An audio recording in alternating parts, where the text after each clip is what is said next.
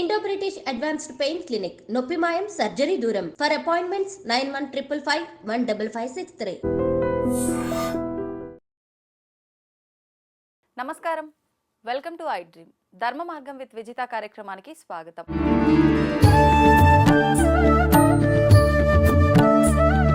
ప్రస్తుతం మనతో పాటు ఉన్నారు Sun Spiritual Society founder, vegetable therapist Vikramaditya గారు. ఇప్పుడు వారితో మాట్లాడి మరిన్ని విషయాలు తెలుసుకుందాం. నమస్తే అండి. నాకు ఒక చిన్న డౌట్ అని చెప్పాలి. ఇది ఈ మధ్య నేను ఒక వీడియో కూడా చూసా. అంతే జనరల్గా ప్రతి ఒక్కరింట్లో ఈ డిస్కషన్ ఒక్కసారైనా వచ్చే ఉంటుంది. ఏంటి అంటే, పెద్దవాళ్ళు ఉన్న ఇళ్ళల్లో చెప్తుంటారు, మీ ఆయన స్నానం చేశాడు కదా, ఆయన లోదుస్తులు అక్కడ వదిలేశాడు, స్నానం చేసి వెళ్ళి ఉతుకు అని చెప్పి పెద్దవాళ్ళు చెప్పడం అయితే చాలా సందర్భాల్లో వింటూ ఉంటాం. అయితే క్వశ్చన్ ఏంటి అంటే, అలా భర్త లోదుస్తువుల్ని ఖచ్చితంగా భార్యే ఉతకాలా? ఎవరి వస్తువులు వాళ్ళే క్లీన్ చేసుకుంటే తప్పే ఉంది అంటే, ఎవరి వస్త్రాలు వాళ్ళే క్లీన్ చేసుకుంటే తప్పే ఉంది, భార్య ఎందుకు క్లీన్ చేయాలి అని నా క్వశ్చన్. ఈ మధ్యకాలంలో ఒక వీడియో కూడా చూసాం, ఎందుకు అలా చేయాలి అని చెప్పి కొంతమంది, చేస్తే తప్పే ఉందని కొంతమంది, సైంటిఫిక్గా చెయ్యొచ్చు అని కొంతమంది, రకరకాలుగా ఆ వీడియోకి మాట్లాడిన వాళ్ళు ఉన్నారు. మీ వర్షన్లో అసలు ఏంటి ఇది? ఎక్కడ మొదలైందంటే అమ్మ, చాగంటి కోటేశ్వరరావు గారికి ఎడ్యుకేషనల్ స్టూడెంట్స్ విషయంలో వ్యక్తిత్వ వికాసానికి ఒక బాధ్యత ఇచ్చారు ఆయనకి. దాని గురించో లేకపోతే ఈ విషయం మాట్లాడాలను, పురుష ఆధిక్యతని మేము ఒప్పుకోం, మీరు వేసుకున్నటువంటి లోదుస్తులు మేమెందుకు ఉతకాలి, ఉతకకపోతే ఆ ఇంట్లో సౌభాగ్యం కలిసి రాదా, ఇవే ప్రశ్నలు. అజ్ఞానం అమ్మ. అంటే ఇప్పుడు మీరు మీ భర్త బట్టలు ఉతకడానికి బట్టలు ఉతుకుతారుగా మీరు? ఉతుకుతాం. అంటే ఇప్పుడు మీరు, అంటే నాకు తెలిసి ఇప్పుడు ఏ గృహిణి కూడా బట్టలు నానబెట్టి వాటిని కాలువ గొట్టుకు పట్టుకెళ్ళి కాలువల దగ్గర, పిల్ల కాలువల దగ్గర, చెరువుల దగ్గర ఉతికేవారు పూర్వం. అవును, చాలా పెద్ద బాధ్యత ఇది. చేస్తున్నారా ఎవరిని? లేదండి, ఇప్పుడు అంత ఓపిక ఎవరికి ఉంది, అన్ని మిషన్ లో పడేస్తున్నారు. పూర్వం అంటే ఒక 10-15 ఏళ్ల క్రితం కూడా ఇళ్లలో జరిగేవి. అవును అవును, ఉతకడం నానబెట్టడం అనేది ఉండేది. ముందు పొద్దున లేచిన వెంటనే బట్టలన్నీ తీసి అందులో వేసి నానబెట్టి తర్వాత వంటలన్నీ అయిపోయిన తర్వాత శుభ్రంగా బట్టల దగ్గరికి వెళ్ళేవారు. ఇప్పుడు అది కూడా లేదు. శుభ్రంగా లేచి నోట్లో బ్రష్ పెట్టుకుని, అదేంటది వాషింగ్ మిషన్, బట్టలన్నీ అందులో వేసి ఒక స్పూన్ వేస్తూ వచ్చింది. కానీ అంటే ఇందులో ఇక్కడ లోదుస్తులు, అది లోదుస్తులు కాదు, అంగవస్త్రము. మనం మాట్లాడేది కౌపీనము, గోచి. ఇప్పుడు ఫ్యాషన్ గా మనం చెడ్డి, డ్రాయర్, అండర్ వేర్ ఉపయోగించేది. ఇది ఒంటి మీద ఎక్కడ ఉపయోగించిన అంగానికి, మన అంగాన్ని రక్షించేటువంటి వస్త్రమే, అంగవస్త్రమే. ఇక్కడ భార్యాభర్త అనేది ఏంటమ్మా, స్త్రీ పురుషులు మామూలు అప్పటి వరకు భార్యాభర్త అదొక పవిత్ర బంధం అంటారు కదా. ఒక బంధం, పవిత్రత అపవిత్రత పక్కన పెడదాం. భార్యాభర్త అనేది ఒక బంధం. ఒక స్త్రీ పురుషుడు కేవలం ఏదో ఒక పసుపు తాడుకి 2 సూత్రాలు కట్టి మెడలో కడితే బంధం ఏర్పడిపోయిందా? లేదు. అంటే ఒక కుక్క పిల్లని తీసుకొస్తారు, దానికి ఒక బెల్ట్ వేస్తాం, బంధం ఏర్పడుతుందా? ఒక చిన్న ఎమోషన్ ఉంటుంది. ఎమోషన్ అంటే బంధానికి అర్థం ఏంటంటే ఎమోషన్స్. ఇక్కడ స్త్రీ పురుషులు భార్యాభర్తలు అయినప్పుడు ఒక ఎనర్జీ ట్రాన్స్ఫర్మేషన్ జరుగుతుంది. ఎప్పుడైనా గమనించారా? ఎనర్జీ ట్రాన్స్ఫర్మేషన్ అంటే శాస్త్రీయత, హిందూ ధర్మంలో ఉన్నటువంటి గొప్ప. జీలకర్ర బెల్లాన్ని రుద్దడం వల్ల ఒక అద్భుతమైనటువంటి కెమికల్ కాంపోజిషన్ జరిగి వేరే దేనితో పెట్టించరు, అరిచేతలో అంటే మన శరీరం అంతా కూడా 365 ఎనర్జీ పాయింట్స్ ఉంటాయి, సర్క్యులేషన్ పాయింట్స్. ఇలా ఇలా అలుక్కుంటూ వెళ్తే చిన్న చిన్న డాట్లలో పడుతూ ఉంటాయి. వాటిని మర్మస్థానాలు అంటారు, మర్మ పాయింట్స్. కొన్ని పాయింట్స్ యాక్టివ్ గా ఉంటాయి. ఇక్కడ DU20 అని ఒక పాయింట్ ఉంటుంది, బ్రెయిన్ కి దగ్గరగా పీనియల్ గ్లాండ్, బ్రెయిన్ మధ్యలో పీనియల్ గ్లాండ్, పిట్యూటరీ గ్లాండ్.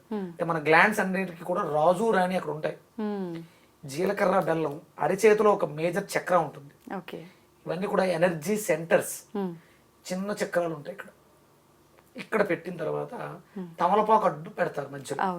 తమలపాకు మ్యాగ్నెటిక్ వేవ్స్, జీలకర్ర బెల్లంలో ఉండేటువంటి ఆ కెమికల్ కాంపోజిషన్, ఈ మ్యాగ్నెటిక్ వేవ్స్ నీ శరీరంలో ఉండేటువంటి బయోమ్యాగ్నెటిక్ వేవ్స్ తో అనుసంధానమై నీ తల మీద పెట్టినప్పుడు నీ సహస్రార చక్రంలోంచి, పీనియల్ గ్లాండ్ లోంచి ఒక ఎనర్జీ పాస్ అయి ఇది నాది, నీవిద్దరం ఒక్కటే అనే బంధం ఏర్పడుతుంది.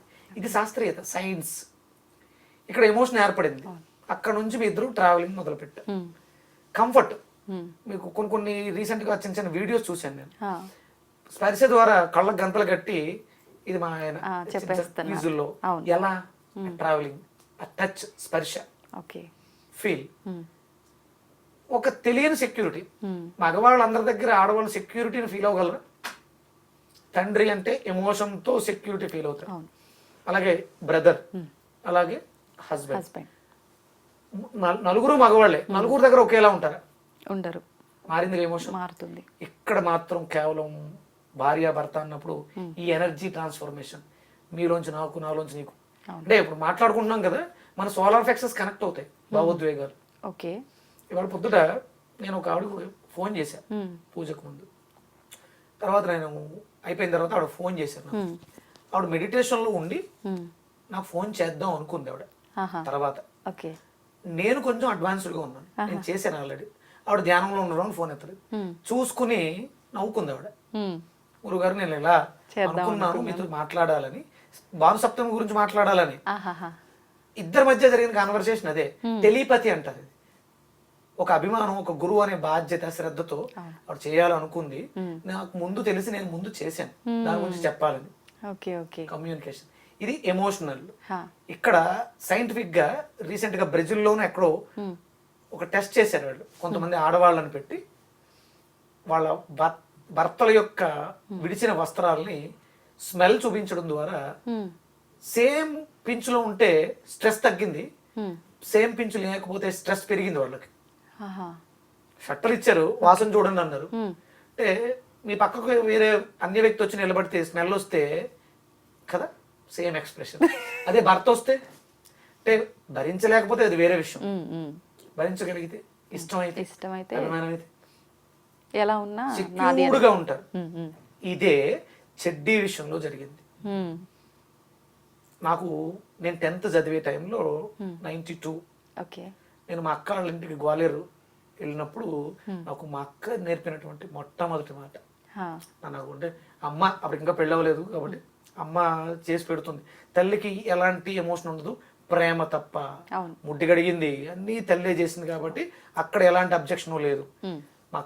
మా పెద్దక్క చెప్పింది, ఇది అక్కతో కూడా చేయించుకు, నువ్వు నీది నువ్వే ఉతుక్కో. ఎమోషన్స్ ఇవి. ప్రతి బట్ట మనం ఎవరు పడితే వాళ్ళకి మన బట్టలు దానం చేయకూడదు. మన ఎమోషన్స్ వీటిలో ఉంటాయి. ఎందుకంటే 8 గంటలు నన్ను అంటి పెట్టుకుని ఉంది. నా భావోద్వేగాలని దీంట్లో ఉంటాయి. ఉతికితే పోతాయి. ఉతికే వరకు మరి పట్టుకుంటే ట్రాన్స్ఫర్ అవుతుంది ఎనర్జీ. అది భార్య మాత్రం దానికి ఆ ఎమోషన్స్ తన కంట్రోల్లో ఉంటాయి. తన సొంతమేగా. ఏదో ఒక ఎమోషన్ వచ్చింది, ఆ వస్త్రాన్ని టచ్ చేసినప్పుడు దానికి సొల్యూషన్ ఉందిగా. వాళ్ళిద్దరి మధ్య బంధం ఉంది కాబట్టి. అదే పరస్త్రీ, అది తల్లికి ఆ ఎమోషన్ ఉండదు, కొడుకే. ఎంత ఎదిగినా కొడుకే, మారడు.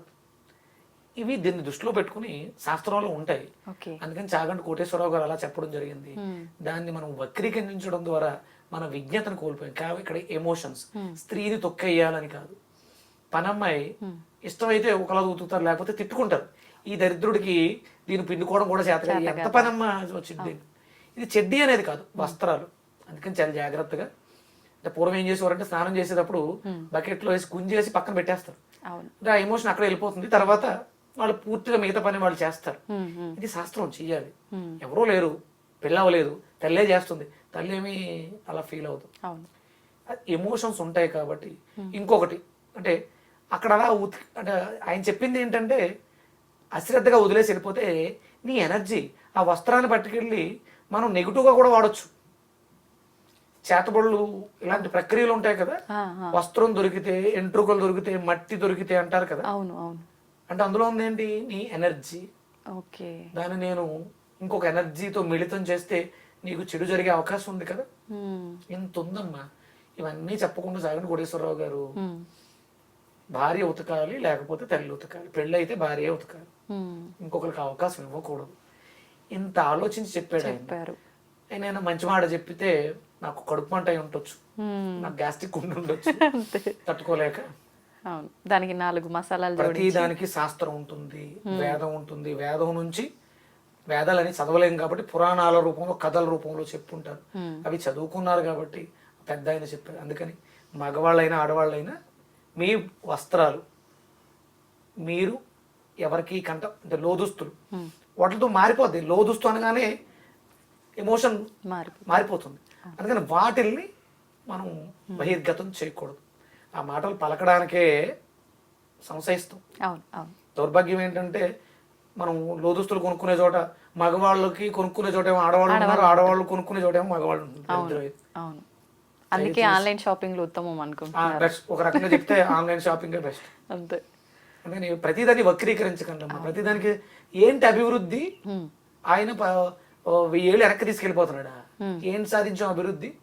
ఒకవేళ తీసుకెళ్లారే అనుకోండి, అప్పట్లో అంతా బాగున్నారు కదా, అదే విధానం ఇప్పుడు ఉంటుంది. ఏమైంది నష్టం? అభివృద్ధి చెందాం, ఏమి సాధించాం? అదే కదా. చిన్న చిన్న పిల్లల్ని రేపు మానభంగాలు చేస్తా. కారణం ఏంటి? ఇలాంటివే ఈ అభివృద్ధి. అభివృద్ధి ఆరోగ్యకరంగా ఉండాలి. అవును. అధపాతాలను తొక్కేసేది ఉండకూడదు, హానికరం అయిపోతుంది. దయచేసి విజ్ఞతతో ఆలోచించండి. అవును. విజ్ఞానం అభివృద్ధి చెందలే. మనుషులు తిండి విషయంలోను ఫ్రీడమ్ విషయంలోను అభివృద్ధి చెందేమో అనుకుని అధపాతాళానికి తొక్కబడుతుంది. అందుకని ధర్మో రక్షతి రక్షిత. ధర్మాన్ని అనుసరించాలి, ధర్మాన్ని పాటించాలి. ఆచరణ సదాచారమై ఉండాలి. ఆచరణ సదా అంటే అందరికీ ఆమోదయోగ్యమై ఉండాలి. అది ఆలోచించాలి. ఆ రోజు మా అక్క తిట్టిందని దీనికి ఉతకడానికి బద్ధకమై ఉంటుంది, నన్ను ఎలా తిట్టిందో అనుకోవాలి. అవును అవును. ఒక మంచి విషయం చెప్పింది, ఆ రోజు నేను చెప్పింది నాకు గుర్తు, ఈ రోజు రీకలెక్ట్ అయ్యింది. అంటే దీన్ని బట్టి ఎవరేం చెప్పినా దాన్ని ఆలోచించాలి, ఎందుకు చెప్పారు అని. దానివల్ల మనకి ఎంత మంచి జరుగుతుంది అనేది అర్థమవుతుంది. గుడ్డిగా నమ్మొద్దమ్మా. నీ దగ్గర జ్ఞానం ఉంది కదా, ఒక్కసారి ఆలోచించాలి. దానివల్ల నష్టం వచ్చింది. అదే కదా. భార్య బట్టలు ఉతుకుతావు కదా, తీసుకెళ్ళి అందులో వాడేయటమే. అవును. ఏముంది దాంట్లో? అంతే. అలా వదిలేసావు, మన న్యాయాన్ని పోయినాయి.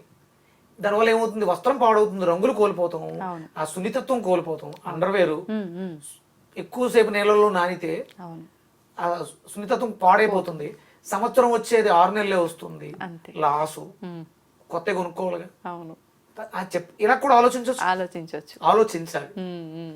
బడ్జెట్ పద్మనాభంలా ఆలోచించాలి. ప్రతిదీ బడ్జెట్ వేసుకోవాలి. మన అంతా కూడా ఆర్థిక సమతుల్యత మీద ఆధారపడి ఉంది కాబట్టి ఇలా ఆలోచించండి. పోనీ అలా కాకపోతే అవును, ఈ దౌర్భాగ్యాలన్నీ కన్నా ఎవరి దాన్ని పిండుకుంటే పోయే. అంతే కదా, గొడవే లేదు. కరెక్టే అండి. ఇప్పుడు చూద్దాం మన వీడియో కూడా ఎంతమంది ఎంత వ్యతిరేకంగా కామెంట్స్ పెడతారో చూద్దాం. చేయండి, నేను యాక్సెప్ట్ చేస్తాను. ధన్యవాదాలు. Suryasmriti, thank you.